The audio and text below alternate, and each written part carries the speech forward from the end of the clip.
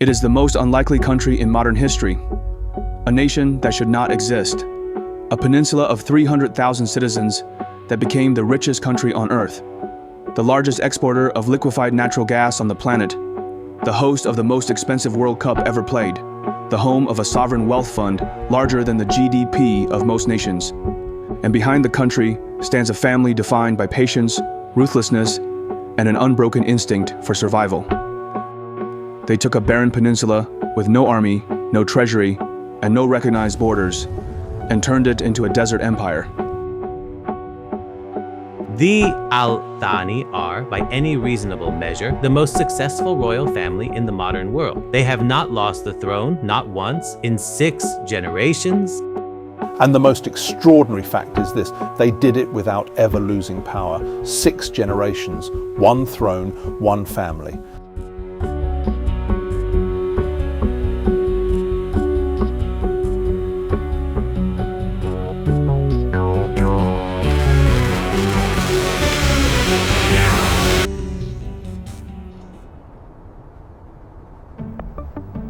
It is 1863. The Qatar Peninsula juts into the Persian Gulf like a clenched fist. The summer heat reaches 50 degrees. Nothing grows. The only resource that justifies human settlement sits underwater, in the pearl beds off the eastern coast. There is no king here, no army, no recognized borders. Bahrain claims the north. The Saudis raid from the west. The Ottomans circle from above. The British patrol the seas. The fishing village of Doha holds perhaps 400 souls. Among the tribes living on this peninsula is one that arrived from Central Arabia 3 generations earlier. They are members of the Banu Tamim. They call themselves the Al-Thani. His name is Sheikh Mohammed bin Thani. He is in his 70s. He is one of several tribal chiefs on the peninsula. He is not the wealthiest. He is not the most powerful.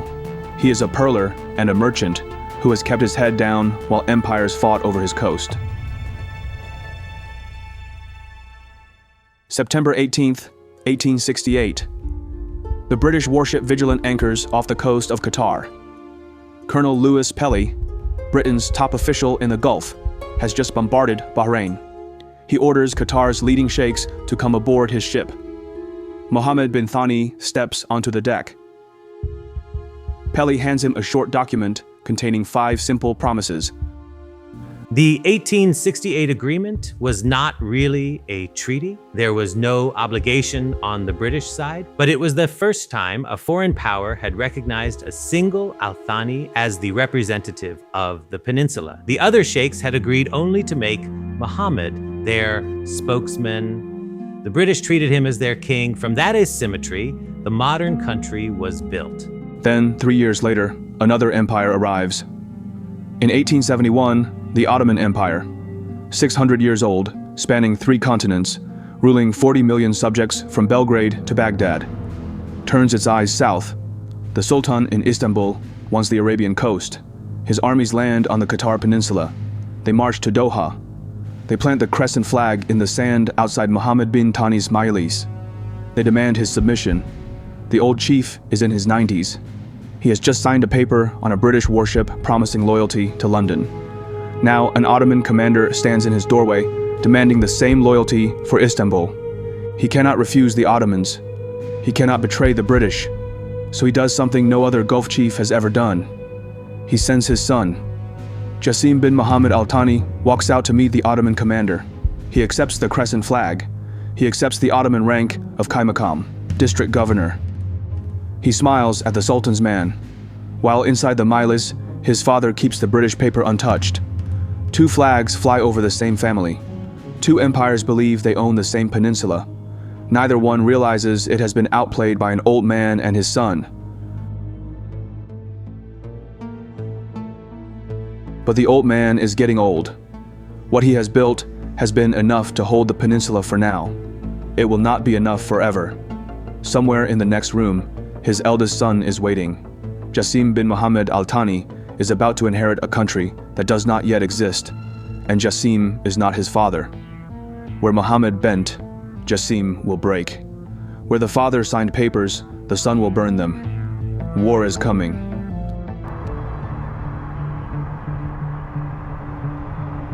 Mohammed bin Thani dies in his 90s. He leaves behind no army, no treasury, no borders. He leaves behind a name, and the son who will make it mean something. Jassim bin Mohammed Al-Thani, age 53. The date of his ascension will one day become Qatar's national day.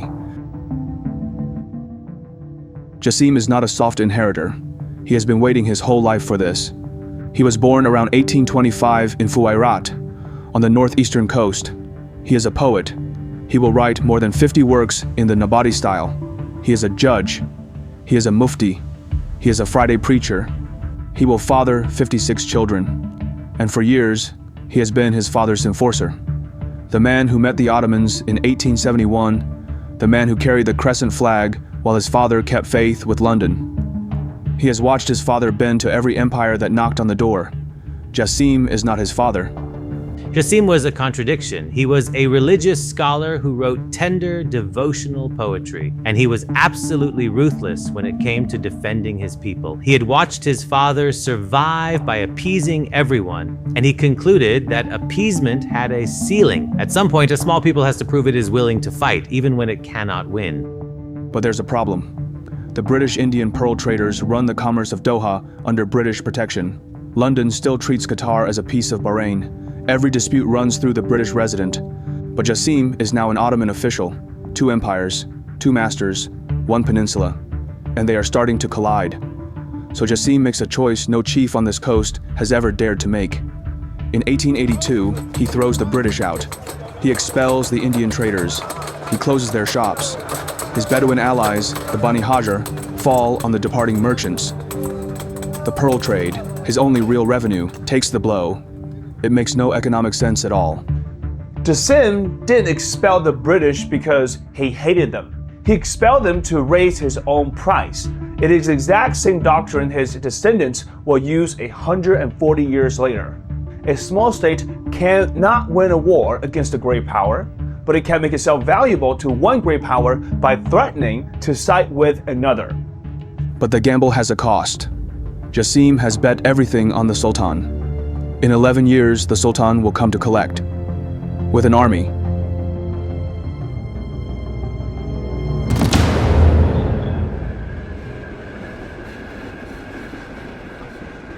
It is March 1893. 11 years have passed since Jassim threw the British out. The Ottoman governor of Basra, Mehmed Hafiz Pasha, has decided his Qatari client has grown too independent. He sails to Doha harbor. He does not come to negotiate. He comes to break a man. The governor anchors his warship off the coast. He summons Jassim's brother Ahmad aboard. He summons 13 of the leading Qatari sheikhs with him. He arrests them on the deck. He puts them in chains. Then he sends word to Jassim, "Come to me and submit, or your brother dies in irons." Jassim is 68 years old. Jassim has no army, no navy, no artillery. His tribal leadership is a hostage. He has no chance. He does not panic or negotiate. He pulls back into the dunes to a fort 12 kilometers west of Doha called Wajbah. He sends riders across the desert to gather the Bani Hajar and the Manasir. He poisons the wells on the Ottoman route and stops the messengers calling for more troops from Al-Hassa. He will not die in chains. He will force the empire to come to him. Nobody in the Gulf had defeated an Ottoman army in living memory. The Ottomans had artillery, modern rifles, trained infantry, naval gunnery. Jassim had Bedouin cavalry, old muskets, and the desert. By every measure that mattered to a 19th century military officer, this was over before it began. March 25th, 1893. The Ottoman column marches on Wajbah. Jassim is waiting. He knows the ground. He knows the wells. He has stationed his Bedouin cavalry in the sand around the fort. The battle lasts 7 hours. By sunset, Jassim has beaten them. Hundreds of Ottoman soldiers lie dead. The survivors run back toward Doha harbor. Mehmed Hafiz Pasha, the governor who came to break the Al-Thani, scrambles to his warship and flees. Wajbah is the founding myth of modern Qatar. Every Qatari child learns it before they learn the name of any other battle. National Day commemorates the day Jassim took power, but Wajbah is the day Qatar became a nation. The reason the country today celebrates Jassim and not his father comes down to one afternoon in the dunes in March 1893. The Sultan in Istanbul personally dismisses Mehmed Hafiz Pasha. Jassim will rule the peninsula for more than 20 more years. He has beaten the Ottoman Empire, but that empire he beat is already dying. And across the water, another empire has been watching. The British have not forgotten Qatar, and soon they will come back.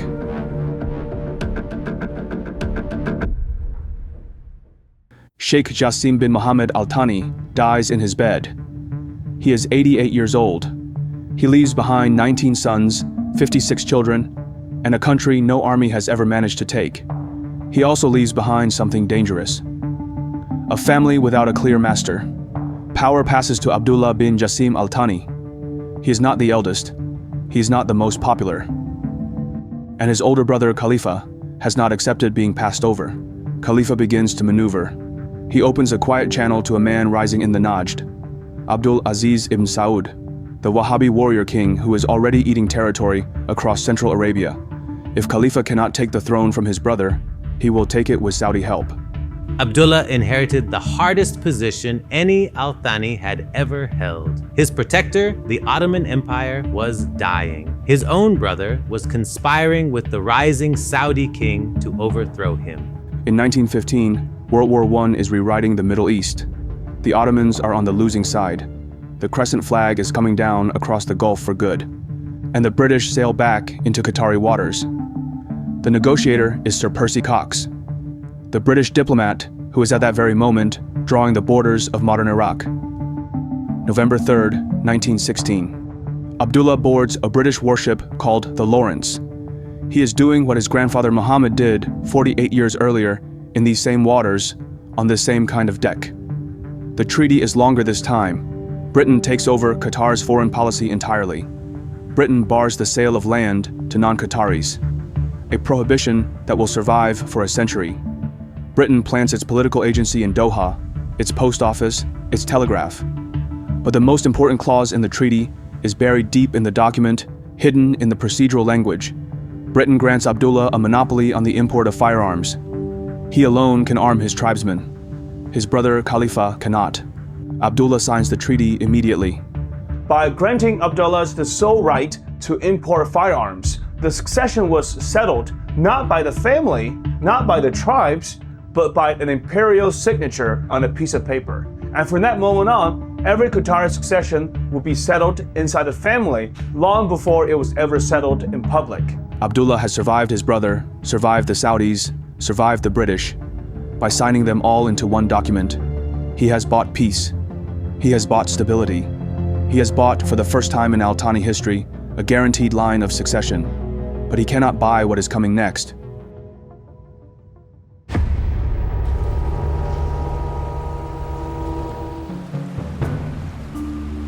During the 1920s, the Qatari pearl trade is at its imperial peak. Pearls shipped from the Gulf to Bombay, from Bombay to Paris and New York. 60,000 men dive on the oyster beds off the eastern coast. The peninsula has lived on this single industry for 4,000 years. It is the only thing the peninsula has ever exported. But it is about to die.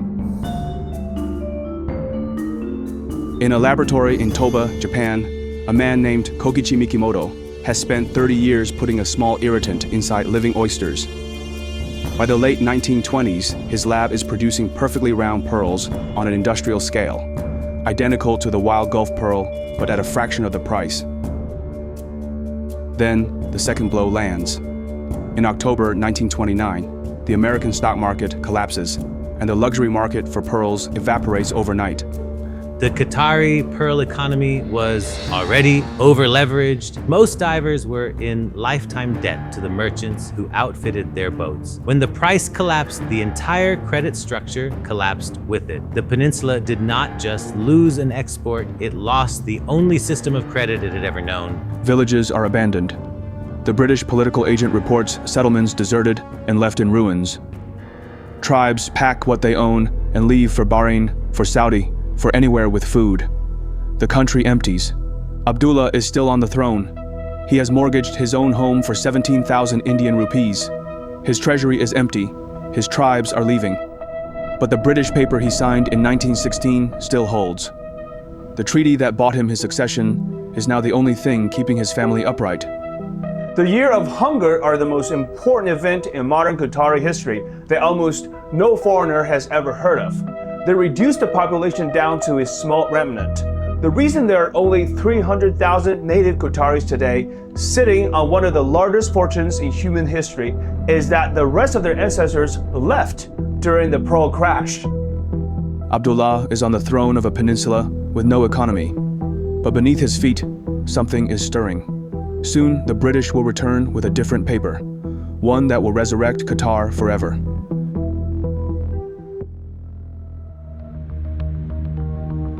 By the late 1930s, the British returned to Doha with a paper Abdullah cannot refuse.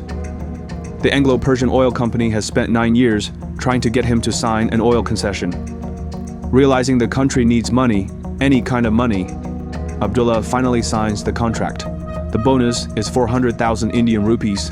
The annual payment is 150,000. The family is saved. But buried deep in the contract is a clause that has nothing to do with oil. The British recognize Abdullah's favorite son, Sheikh Hamad bin Abdullah, as the legitimate heir. The treaty has settled the succession. Every major treaty the Al-Thani signed with the British did two things at once. It granted commercial access and it settled a domestic succession dispute. The British were not just trading partners, they were the family's enforcement mechanism. May 1939. On the western coast of the peninsula, at a place called Dukhan, the Anglo-Persian drillers hit commercial-grade crude. The first oil in the history of Qatar comes up out of the sand. After 4,000 years of pearling, the peninsula has a new export. The years of hunger are over. World War II has disrupted early production.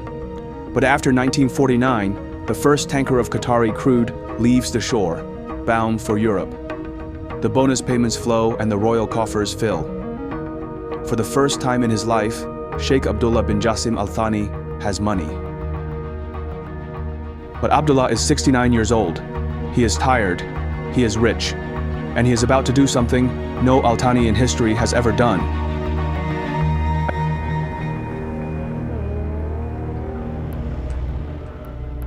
By 1949, Abdullah abdicates, but the throne does not go to Khalifa, the grandson named in the 1935 contract, because the named heir, his father Hamad, died the year before. The throne goes instead to Abdullah's other son, Sheikh Ali bin Abdullah Al-Thani. Khalifa is 16 years old. He says nothing. He begins to train.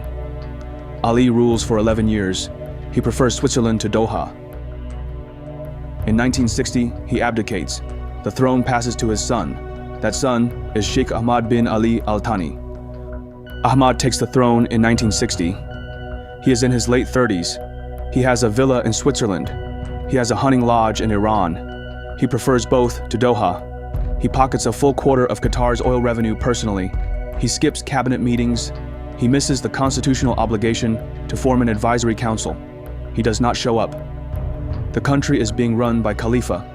Ahmad treated Qatar like an inheritance, not a country. He took the money and he left. While he was hunting in Iran or vacationing in Geneva, his cousin Khalifa was building ministries, running the state. Within a few years, the question in Doha was not who held the title. The question was who actually ran the country. Ahmad has a son. His name is Sheikh Abdulaziz bin Ahmad. Ahmad has begun, quietly, to signal that he intends to break the 1949 succession agreement.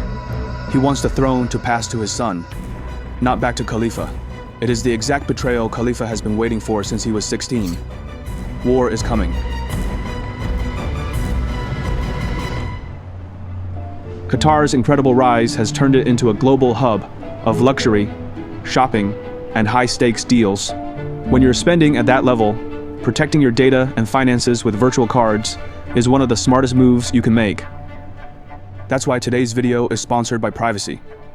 A while back, I had a charge I didn't quite recognize show up on my card. I was kind of concerned because once your real number is out there, you can't pull it back. Privacy puts a secure layer between your real card and the merchant. So even if a site gets breached, there's nothing useful to steal.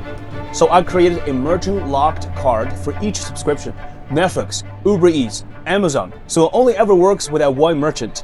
I set a spending limit and can pause or close it in a tab, which kills surprise renewals. I also turn on private spend mode, which hides the merchant's name on my statement behind a simple privacy.com. It honestly gives me a great sense of peace. And Privacy never sells your data. They earn from merchant interchange fees, not from you. As scams get sharper with AI, that kind of control isn't a luxury anymore. Go to privacy.com/Phineas and get your $5 sign-up bonus. The free plan has no transaction fees on domestic purchases.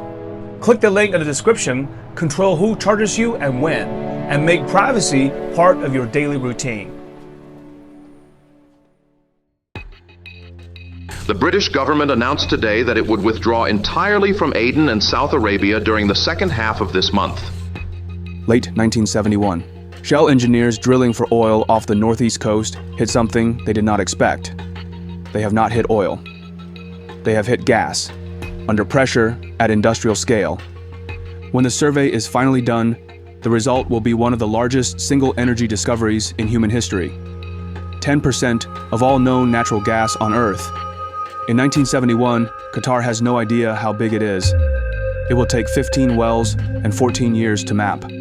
The North Field is the most important geological event in the modern history of the Gulf. Nobody understood it in 1971. The technology to extract it did not exist at the scale required. The market for liquefied natural gas barely existed. What had been found was the future of a country, but only for a ruler with the patience to wait 20 years before monetizing it. Late 1971.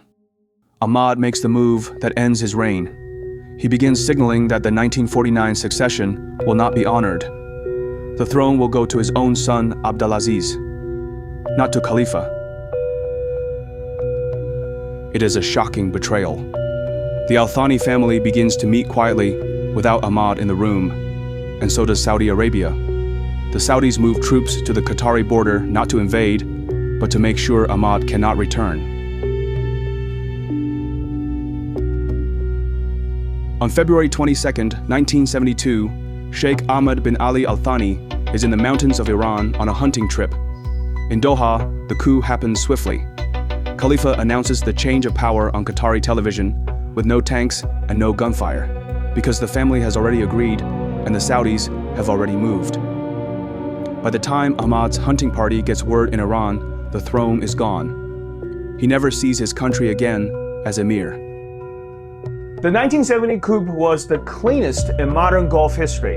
There was no violence because there was no need for violence. Khalifa had won the family vote, the tribal vote, the Saudi vote, and the de facto vote of the bureaucracy years before he moved. Ahmed lost his throne for one reason. He had not been there to keep it.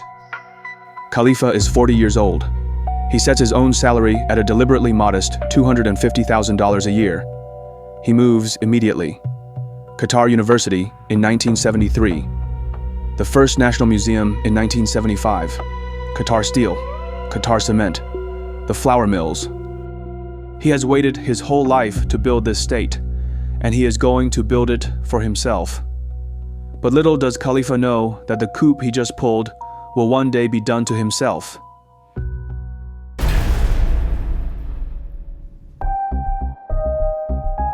Three years into Khalifa's reign, the family makes a move on its own ruler. Some of his cousins decide Khalifa has favored his own line too aggressively. They begin to gather support. They begin to whisper. They begin to caucus. Exactly the way Khalifa once caucused against Ahmad. Khalifa needs a soldier. He turns to his eldest son. Sheikh Hamad bin Khalifa Al-Thani is 23 years old and has just returned from the Royal Military Academy at Sandhurst to command the Hamad Mobile Brigade, the country's main armored unit. Hamad decides to roll his tanks against his own relatives and those plotting against him. The mutiny breaks in seconds, and he wins. From that moment, Khalifa treated his son not just as an heir, but as the man who had personally saved his reign. The Crown Prince title followed in 1977. Defense Minister, Chairman of the Supreme Council for Planning. Every position Khalifa held when he ran the country for his uncle Ali, he handed to his son. January 30th, 1991. Iraqi forces cross into Saudi Arabia and seize the town of Khafji. The Saudi army cannot dislodge them. Hamad leads Qatari tanks into the town personally. He is 39 years old. He is, for the first time in his life, in actual combat. The Qatari armor helps retake Khafji from Saddam Hussein's Republican Guard. Hamad returns to Doha a war hero. Khafji changed the political weight of the Crown Prince overnight. The Americans noted it, the Saudis noted it, the Iranians, who hated Saddam, noted it, and Khalifa noted it and began handling day-to-day governance to his son the following year. Everything except one thing. Khalifa kept control of the money. By 1992, Hamad runs the state, while Khalifa runs the treasury. The father and the son begin to disagree, and soon, inevitably, they will clash.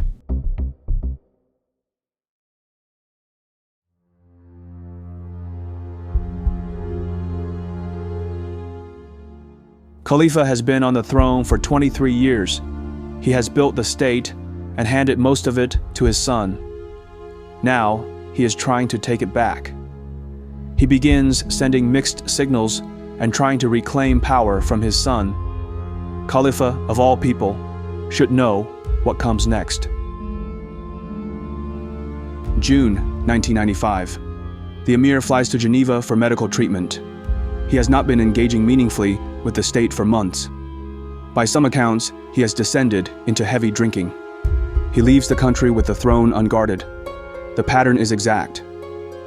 Khalifa repeated his uncle's mistake almost to the day. He left the country at the moment his son had consolidated the family's loyalty, the military's loyalty, the tribe's loyalty, and he had given the bureaucracy he himself had built to the son who was about to use it against him.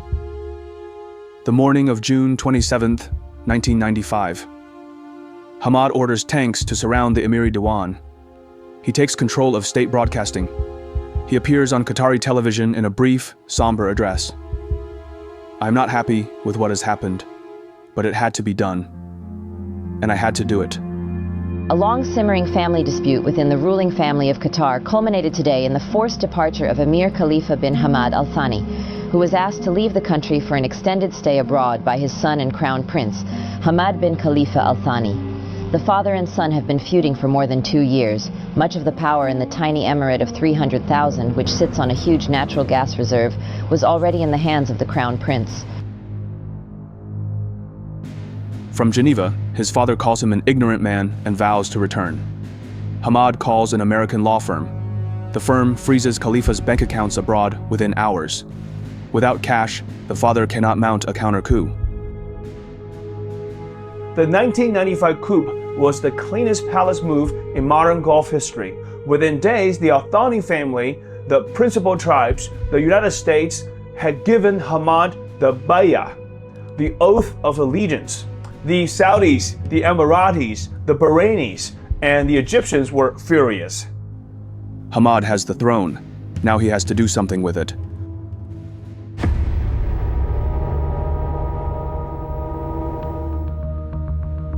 Hamad has been emir for 1 year. He makes a decision that no Arab ruler has ever made before.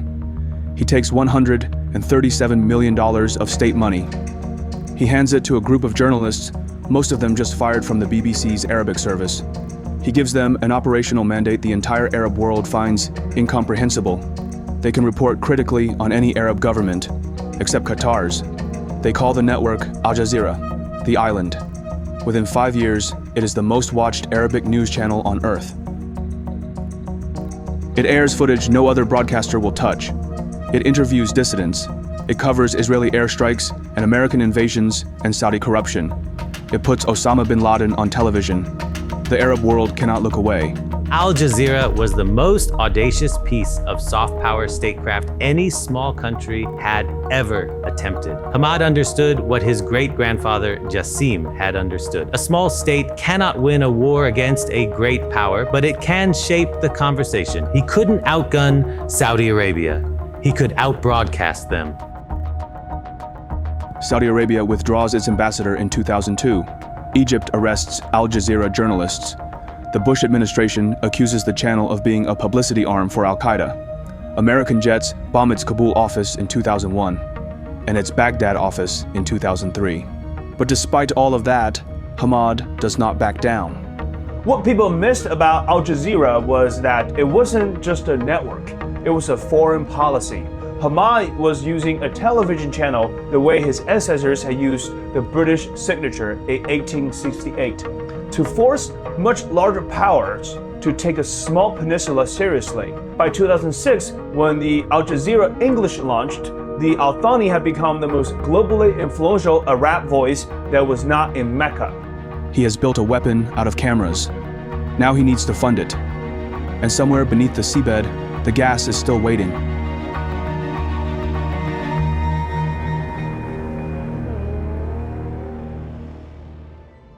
It has been 25 years since Shell's engineers hit gas off the northeast coast of Qatar. For 25 years, the field has been mapped, planned, debated, and ignored. Khalifa never built the infrastructure. The technology to extract it at scale did not exist when he took the throne. The market for liquefied natural gas barely existed. He has poured billions into the new terminal at Ras Laffan, signed long-term contracts with Japan, Korea, and India, and issued so much debt that Gulf critics openly say he has bankrupted the country. But finally, his work and vision pay off. By December 1996, the first tanker is leaving the dock bound for Japan. A 25-year fuse is finally lighting. Hamad's central insight was that the oil age was ending and the gas age was beginning. He saw it before the Saudis. He saw it before the Iranians, who shared the same field across an invisible maritime boundary. Most of all, he saw it before his own father, who had ruled over the field for 23 years and never once seriously tried to monetize it. Hamad understood the geology. He understood the market. He understood the politics. And he was willing to take on debt his country had never seen before. By 1999, regular shipments are arriving in Japan. By 2006, Qatar passes Indonesia to become the world's largest LNG exporter. By the end of Hamad's reign, the country is producing 77 million tons a year. Per capita income reaches $86,000, the highest in the world. Everything in the modern world thinks of as Qatar was founded by LNG Bet. None of it would have been possible without the gas.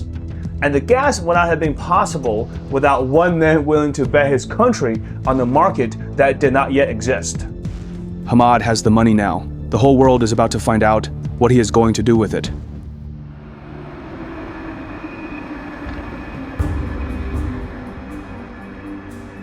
Sepp Blatter, the president of FIFA, opens an envelope on a stage in front of the cameras of the world. He reads the name printed on the card: Qatar. The room does not understand what it has just heard. The 2022 FIFA World Cup will be played in a country of 300,000 citizens, in summer temperatures that reach 50 degrees Celsius, in stadiums that do not yet exist. The Americans are furious. The Saudis are humiliated. The English bid is in pieces. The bid has been managed by Hamad's son, Sheikh Mohammed bin Hamad Al-Thani, with the diplomatic muscle of HBJ, the financial backing of the Qatar Investment Authority. The 2010 vote was the single most aggressive piece of soft power statecraft any small country had ever attempted. Within months, allegations of bribery followed. The Sunday Times of London ran exposés. FIFA opened investigations. American prosecutors charged multiple FIFA officials for corruption tied to the bid. None of it dislodged the award. Qatar would spend an estimated $220 billion preparing more than every previous World Cup combined. The country becomes a construction site. Migrant workers arrive by the hundreds of thousands. Reports of abuse, of deaths, of unpaid wages follow them. International newspapers run stories the Qatari government cannot suppress. What the world missed was that Qatar was not buying a football tournament. It was buying the admission to a club. The club of countries that hosted things. The club whose decisions the rest of the world had to take seriously. After 2010, no foreign ministry on earth could pretend Qatar was a small player anymore. The Peninsula had purchased its seat at the table. But there is a price. The Saudis do not forget being humiliated. The Emiratis do not forget being passed over. And in a Riyadh palace, a young prince is watching everything. His name is Mohammed bin Salman. He's 25 years old. And soon, he will try to break Qatar.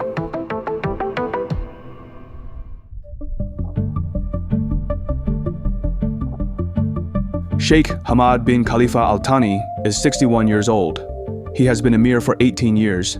He has bet his country on gas, on a television network, on a World Cup nobody believed he could win.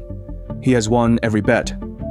He appears on Qatari state television and does something no Gulf monarch in modern history has ever voluntarily done. The time has come, he says, to open a new page in the journey of our nation. A new generation must carry the responsibilities. He is handing the throne to his son. The son is Sheikh Tamim bin Hamad Al-Thani.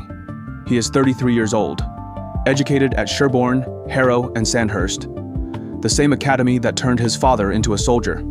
The fourth son of Hamad, the second son of Moza, crown prince since 2003, after his older brother Jassim renounced the throne to live a more religious life. The 2013 abdication was the cleanest succession in the Gulf since Jassim took power in 1878. No coup, no exile, no frozen bank accounts. The father simply handed the country to the son and walked away. The signal was not subtle. The Arab Spring had blown through the region 2 years earlier. Authoritarian rulers from Tunis to Cairo to Sana'a had been swept away. The Al-Thani had read the room. They would refresh themselves before they were forced to. The family had learned the lesson its founder had written in 1893. Survive by moving before the empire moves first. Tamim takes the oath that afternoon. The family kisses his hand. The tribes give their bayah. The foreign ambassadors send congratulations. It is the most peaceful transfer of power in the Al-Thani's 135-year history. Tamim is the youngest head of state in the Gulf. He has hours to live as emir before he makes his first major decision. It will not be a gentle one.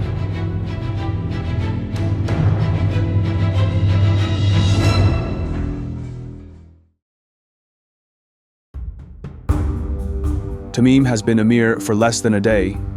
He makes the most consequential decision of his first hours on the throne.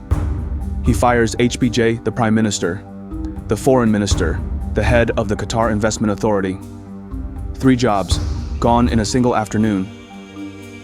Hamad bin Jassim has been the operational architect of Qatar's global rise for 21 years. He brokered the Lebanon peace deal. He negotiated with the Taliban. He bought Harrods. He ran the diplomacy that won the World Cup. And in the process, he accumulated a personal fortune that rivaled the state's own treasury. Tamim wanted one center of power, and he wanted it to be himself. He did not want it to be a distant cousin. He did not want it to be the man whose initials had appeared more often in London tabloids than his own father's. HBJ goes into a kind of golden exile. He keeps his diplomatic passport. He keeps his private fortune. He keeps his $300 million super yacht. He loses the operational levers. He never holds public office in Qatar again. Most foreign observers did not understand what they had just watched. They thought it was a peaceful succession. It was. They thought there was no internal struggle. There wasn't in the public sense. But in a single afternoon, Tamim had quietly reorganized the entire power structure of the country. Tamim now holds every lever in Doha. He is 33 years old. And 4 years from now, 4 of the most powerful states in the Arab world will try to break him. They have already started to plan.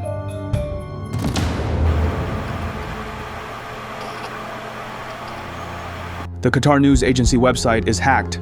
False quotes attributed to Sheikh Tamim appear on the homepage. Quotes praising Iran. Quotes praising Hamas. quotes criticizing Saudi Arabia and the United States. Okay, well, the Washington Post is quoting US intelligence sources. Do you believe there was a hack? Do you believe Qatar's ruler made these diplomatically sensitive remarks? I just want to say that the Post story is completely untrue. The fabrication is exposed within minutes, and Qatari officials denounce the hack on every channel, but the damage is irreversible. Saudi, Emirati, Egyptian, and Bahraini state television all run the false quotes anyway. They know the quotes are fake, yet they run them anyway. On June 5th, 2017, Saudi Arabia, the United Arab Emirates, Bahrain, and Egypt severed diplomatic ties with Qatar. They closed their airspace, cut land and sea trade, and shut the single land border through Saudi Arabia, while giving Qatari citizens living in the four countries 2 weeks to leave. Food imports stop. A country that imports 90% of its food has 14 days of supplies. Mohammed bin Salman, the rising Saudi crown prince, believed Qatar would fold within weeks. He had reasons to believe it. Qatar was tiny, Qatar was surrounded, Qatar's only land border had just closed. Qatar's air routes ran almost entirely over Saudi or Emirati airspace. By every conventional measure of power in the Gulf, the blockading states had crushed the peninsula before the diplomats had finished their press conferences. June 23, 2017. The blockading states deliver 13 demands.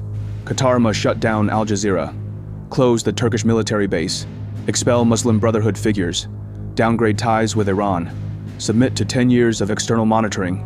The demands amount to a complete surrender of sovereignty. President Donald Trump publicly endorses the blockade. Mohammed bin Salman is told by his advisors that the war is already won. What Mohammed bin Salman did not know was the history of the family he was facing. He did not know about the Vigilant in 1868. He did not know about the Wajbah in 1893. He did not know about the doctrine Jassim had invented in 1882. And he did not know who was sitting on the throne in Doha. Tamim was 37 years old. He had been Emir for less than 4 years, and he was about to do exactly what every Al-Thani before him had done when the empire tried to dictate terms. The young Emir of a country smaller than Connecticut is about to do what his great-great-great-grandfather did in 1893. He is going to refuse.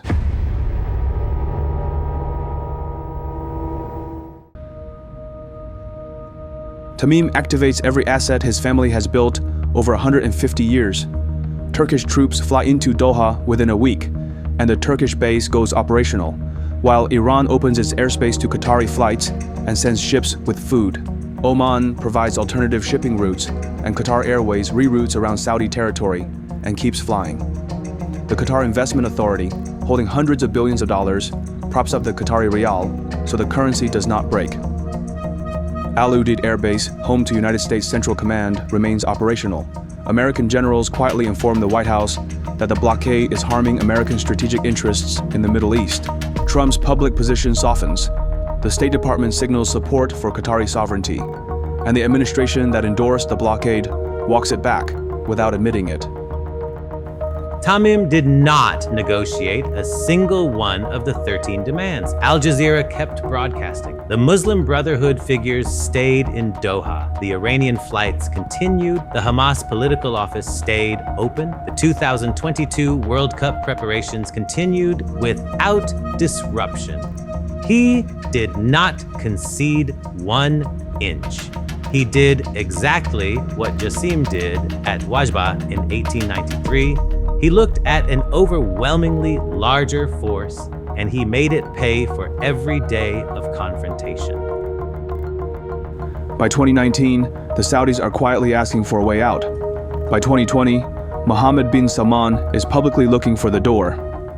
January 4th, 2021. Kuwait's foreign minister announces the blockade is over. The next day, at the Gulf Summit in Al-Ula, Mohammed bin Salman embraces Tamim and pretends it never happened.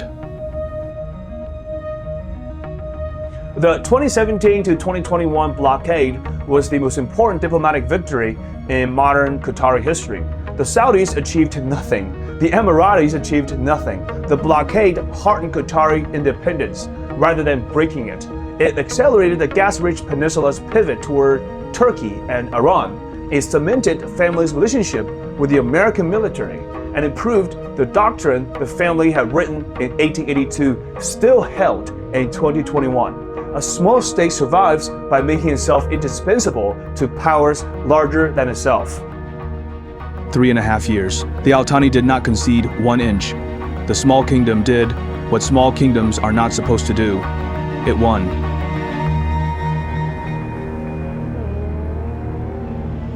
The same month Hamad abdicates and Tamim takes the throne, the Taliban open their first official overseas diplomatic office in Doha, not in Pakistan, Saudi Arabia, or any of the Muslim countries that have historically sheltered them.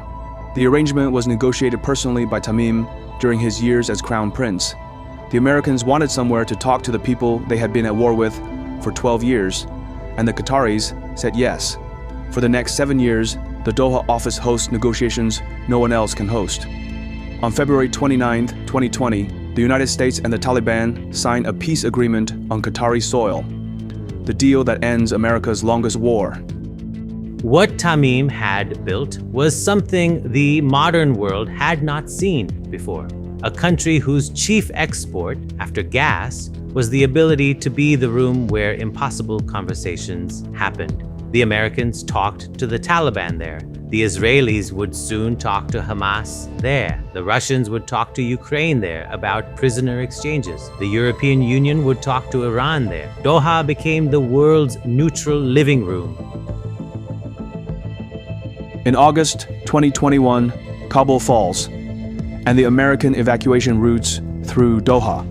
Tens of thousands of Afghans pass through Hamad International Airport in the largest civilian airlift in modern history. When the Taliban take power, Qatar becomes their primary diplomatic interlocutor with the outside world. The Taliban's foreign minister, the Americans, and aid agencies all fly to Doha for talks, open channels, and humanitarian access.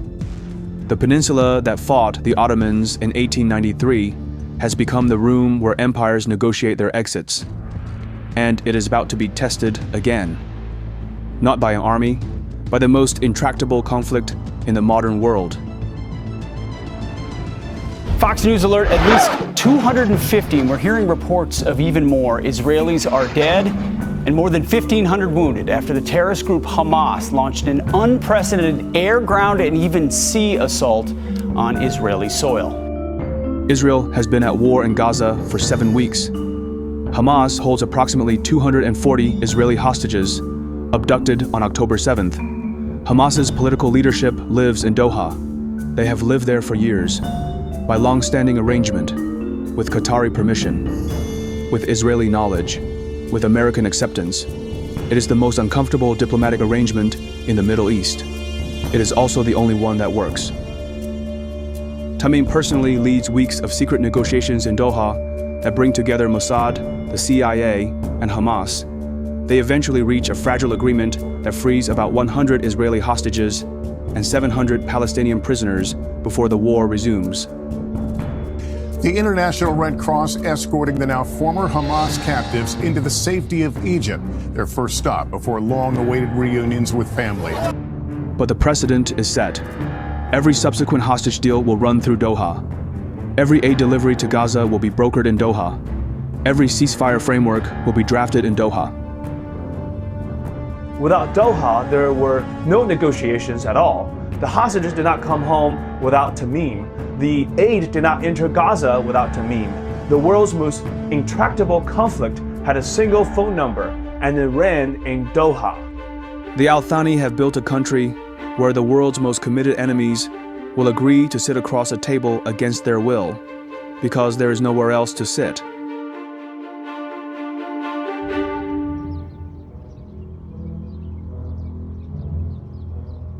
The Al-Thani family numbers somewhere between 8,000 and 20,000 members, the largest royal family in the world by ratio to population. Qatar's total citizen population is approximately 300,000. The math means that roughly 1 in 15 Qatari citizens is a member of the ruling family. The cabinet contains Al-Thanis at every major portfolio. The military command is full of them. The diplomatic corps, the Qatar Investment Authority Board, the boards of every major state-owned enterprise. The compact that was forged in the 1956 strike still holds. The emir provides wealth. The citizens provide consent. 300,000 people, $500 billion in sovereign assets, 200 years of gas reserves, one family running it all. In 144 years, the Al-Thani family has taken a barren peninsula with no army, no treasury, and no recognized borders, and turned it into the room where the world meets itself. The story is not the gas. The gas was only an accident of geology. The story is the family that knew, generation after generation, exactly what to do with it.